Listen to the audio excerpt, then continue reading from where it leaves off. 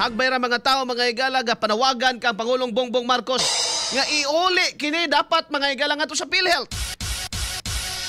Niingon mga higalas BBM kini ato iuli na mo, di ba? Una na may nigawas ana sa dugay naman na nigawas. Nga iuli kuno mga higala ni PBBM ipauli ang pundos PhilHealth mga katropa. Karon ang Korte Suprema na gyud niingon lagi nga iuli lagi na. Matod pas Malacañang musunod na kuno sila kay Korte Suprema na gasulti mga higala.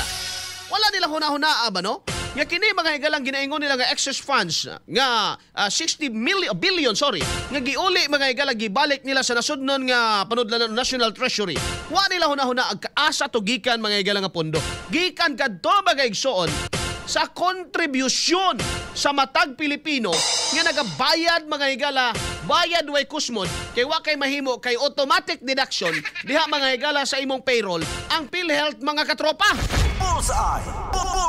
Kung buot lang huna-hunaon mga igsoon, no, kung buot subayon lang yun nato, iya manis di man ni direktamente matawag nimo mga higalang gikas panudlanas gobyerno gumikan kay gikan man ni mga higalas contribution no sumatag naning kamot na narbaho no aron ni taon may higalang nga makabayad.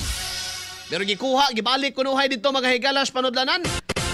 Karon mga igsoon ang Korte Suprema na gud ang Supreme Court na gud may higalang nagrule nga ibalik lagi ninyo na. Asa ka usapan unya usaon man ni karon mga higala nga ang ilang buhaton ani gimanduan mga higala ang Kongreso nga ingani na lang yung buhaton para mauli gyud na. I-appeal na lang yun as GAA 2026. Paita no. Kwarta man to nato mga higala. Kwarta man to nimo nga nag-contribute PhilHealth mga igsoon. Bullseye.